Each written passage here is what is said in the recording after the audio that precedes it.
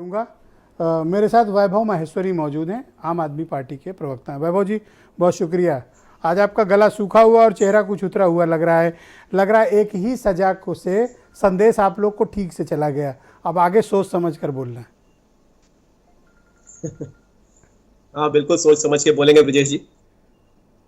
ये कभी सोचा नहीं था कि भारत जैसे महान लोकतांत्रिक देश का प्रधानमंत्री इतनी छोटी सहनशीलता रखता होगा। लेकिन आप देख रहे हैं कि पिछले 2014 से अभी तक एक पत्रकार को बोलने पर जेल, मुकदमे, एफआईआर का सामना करना पड़ता है, एक एक्टिविस्ट को सामना करना पड़ता है, उठा के गायब कर दिए जाते हैं, मार दिए जाते हैं। और पॉलिटिकल पार्टियों के जो रिप्रेजेंटेटिव होते हैं उनके ऊपर तो ये दुश्मनों जैसा बर्ताव करते हैं। पहले के जमाने में पॉलिटिकल पार्टियां एक पॉलिटिकल ओपोनेंट हुआ करती थी। राजनीतिक द्वेष के बाद में साथ में मिल बैठ के खाना पीना भी खाते थे, हंसी मजाक होता था, पारिवारिक रिश्ते भी होते थे। लेकिन इस सरकार ने पता नहीं पॉलिटिकल ओपोनेंट्स को कौन सा दुश्मन मान लिया, दुश्मन बना दिया, और इतना ज्यादा अत्याचार करना, वो करना, ये करना। जबकि आप अगर देखो कि डेफेमेशन करना, अगर इस बात पे वाकई जेल होने लग जाए तो सबसे ज्यादा 200-300 साल की जेल तो हमारे प्रधानमंत्री जी को ही हो जाएगी। आप उनके स्पीच उठा के देख लीजिए, जब किसी प्रदेश में जाकर वो भाषण देना शुरू करते हैं, क्या हद तक दिल्ली में जाएंगे केजरीवाल नक्सली है, केजरीवाल को जंगल भेज देना चाहिए। बंगाल में जाएंगे दीदी ओ दीदी। तो जो अपने भाषणों में जो वो नीचता का या कहिए कि नैतिकता का जो लो प्रदर्शन करते हैं, उस पर अगर वाकई डेफेमेशन होने लग जाए तो प्रधानमंत्री जी से शुरुआत हो जाएगी और आधी बीजेपी जेल में चली जाएगी। इसके बाद आ जाइए इनके अनुषांगिक संगठन, इनके बनाए हुए हजारों लाखों की तादाद में ट्रोल, जो कि किसी भी आदमी को प्रधानमंत्री के खिलाफ या बीजेपी के खिलाफ या इवन अडानी जी जो इनके मालिक हैं उनके खिलाफ बोलने पर मां बहन की गालियों से तोला करते हैं। कौन इन सब टोटलिटी में इनके ऊपर डिफेमेशन कायम कर सकता है? इन्होंने पूरे देश के लोगों का इतना ज्यादा अपमान करते हैं। ये मात्र एक जरा सी असहमति अगर इनके खिलाफ हो जाए तो इतना ज्यादा अपमान तो आज राहुल को सजा हुई तो आप सभी इकट्ठे हो गए। ये ट्रेंड चल रहा है। केजरीवाल जी बहुत बोलते थे कांग्रेस के खिलाफ, और आज तो एकदम कांग्रेस के खिलाफ बोलना अलग बात है। एक और लिख रहा है कोर्ट के फैसले से असहमत हूं। देखिए, एक चीफ मिनिस्टर कह रहा है कोर्ट से सहमत नहीं है। वो ठीक बात है। कोर्ट से जब सहमत नहीं होते हैं ब्रजेश जी, तभी तो अपर कोर्ट में जाते हैं ना। सहमत होंगे तो अपर कोर्ट का कॉन्सेप्ट ही खत्म हो जाएगा। फिर तो लोग लोअर कोर्ट में जो फैसला हो जाएगा उसको कहेंगे हाँ भाई ठीक है, मैं सहमत हूं। अपर कोर्ट और उससे अपर कोर्ट अपील और री अपील बनाई इसलिए गई है कि आप कोर्ट के फैसले से सहमत नहीं है, आप अपनी बात को दूसरे तरीके से या दोबारा से हायर कोर्ट के सामने रखना चाहते हैं। वो एक लोकतांत्रिक अधिकार है, कोर्ट की व्यवस्था है। रही बात पॉलिटिकल ओपोनेंट्स की, तो कांग्रेस एक पॉलिटिकल ओपोनेंट है। मैं वही कह रहा हूं, पॉलिटिकल ओपोनेंट होना और दुश्मन होना ये अलग अलग बातें हैं। दुश्मन जो है ना वो बॉर्डर के आजकल आपके नेता बोल बहुत रहे हैं, सोच समझ लेना। मैं तो कहता हूं कि इस लोकतंत्र की खूबी यही है कि यहाँ पर बोला जाए। यहाँ पर भाई आज देखिए पोस्टर लगाने पर एक आदमी इतना ज्यादा तो क्यों ऐसे अनाप शनाप पोस्टर लगाते हो?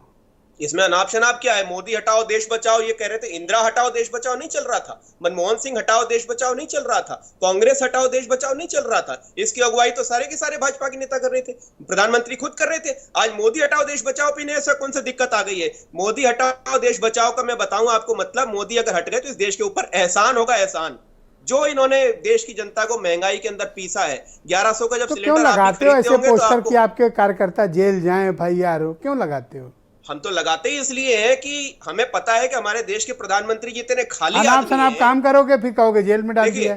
हमें पता है कि देश के प्रधानमंत्री जी इतने खाली आदमी हैं कि उनके पास प्रधानमंत्री कार्यालय में बैठकर करने के लिए कोई काम नहीं हो। पोस्टर जैसी चीज पर एफआईआर करा रहे हैं। कहां पर कौन सी सरकार ठीक से चल रही है उसको गिराने में लगे हुए हैं, कहां पर कौन से विधायक खरीदने हैं उसकी प्लानिंग बनाने में लगे हुए हैं। तो जब अभी मनीष और सत्येंद्र जेल में है, आपको समझ में नहीं आ रही बात, और कैसे समझाया जाए आपको? देखिए अंग्रेजों ने भी यही कहा था कि आपको समझ में नहीं आ रहा है कि इसको जेल में तो समझ लो वैभव माहेश्वरी, लेकिन आजादी उसके बाद भी मिली इसलिए कि लड़ाई बंद नहीं हुई। अब इस समय ना देश को इस तरह के लोगों से आजादी चाहिए जो असहमति के शब्द को बर्दाश्त नहीं कर पाते, जिनको जनता की परेशानियों से कोई लेना देना नहीं है, जिनको महंगाई और ये सब चीजें कोई समस्या नहीं लगती, जो हिंदू मुस्लिम का जहर बोलते रहते हैं। इनसे देश को आजादी चाहिए। वीरेंद्र सिंह जी भी हमारे साथ डिबेट में आ गए। वीरेंद्र जी, आज राहुल गांधी को वैभव माहेश्वरी गो अहेड बोलिए। आप दोनों की आवाज बंद हो चुकी है, अब वैभव माहेश्वरी की सुनो।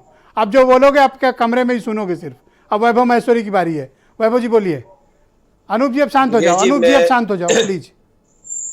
विजय जी, मैं फिर से वही बात दोहरा रहा हूं कि हमारे प्रधानमंत्री जी को एक बार अपना 2014 का और एक बार 2019 का मैनिफेस्टो उठा के पढ़ लेना चाहिए। उसमें उन्होंने पेट भर भर के झूठ बोला है। अगर झूठ बोला है और दोबारा चुनाव में जाना है, काम अगर वाकई देश के डेवलपमेंट की बात कर रहे हैं, देश की प्रतिष्ठा की बात कर रहे हैं, जो कि इनके ट्रोल जो है हर समय कहते रहते हैं ना, विश्व में नाम हो गया, विश्व में नाम हो गया, कोई नाम वाम नहीं हो गया है, बहुत बेइज्जती करा रहे हैं देश में रोज। तो अपने इतना खाली प्रधानमंत्री ठीक नहीं है, उनको अपना मैनिफेस्टो उठाकर पढ़ना चाहिए। और बेहतर है कि दूसरे राज्यों की सरकारों को, दूसरी पार्टियों की सरकारों को गिराने की हर समय साजिश रचने के बजाय अपने मैनिफेस्टो के एक दो पॉइंट पर कम से कम काम कर लेना चाहिए। अपने पुराने पोस्टर पढ़ लेने चाहिए, बहुत हुई महंगाई की मार और बहुत हुई महिलाओं पे अत्याचार और बहुत हुआ किसानों पे अत्याचार, वो सब कुछ बहुत ज्यादा बढ़ चुका है, इतनी तबाही हो गई है। आप जो है अपनी डिग्री के बारे में इतना सस्पिशन है इनके ऊपर, पढ़ाई लिखाई के ऊपर तो सस्पेशन है, वो करते क्या है, सारा प्रधानमंत्री वाला काम छोड़ के बच्चों को पढ़ाने लग जाते हैं एग्जाम में स्ट्रेस फ्री कैसे रहें। अरे पूरे देश को आपने स्ट्रेस में डाल दिया है। सिलेंडर कैसे खरीदें इसके बारे में क्यों नहीं आप कोई व्याख्यान देते मन की बात में? आप ये क्यों नहीं कहते हो कि आप जो किसान जो है वो आत्महत्या कैसे ना करे, उसको एमएसपी कैसे दी जाए, इस पर क्यों नहीं बात करते? देश की मन की बात ये है कि किसान का काम कैसे चले, बेरोजगार को रोजगार कैसे मिले। आप मन की बात में बच्चों को एग्जाम कैसे दें वो पढ़ा रहे हैं। आपने खुद ने एग्जाम दिए कि दिए नहीं दिए इसका कोई गारंटी नहीं है, वो फर्जी दिखाई पड़ रहा है। लेकिन आज ये आप किस तरह का लोकतंत्र बना रहे हो? अपना मैनिफेस्टो उठा के पढ़ लो, दिन भर बैठे लोगों बहुत बहुत शुक्रिया, बहुत बहुत धन्यवाद, बहुत बहुत धन्यवाद। मैं आप सबका बहुत आभार प्रकट करता हूँ कि आप सब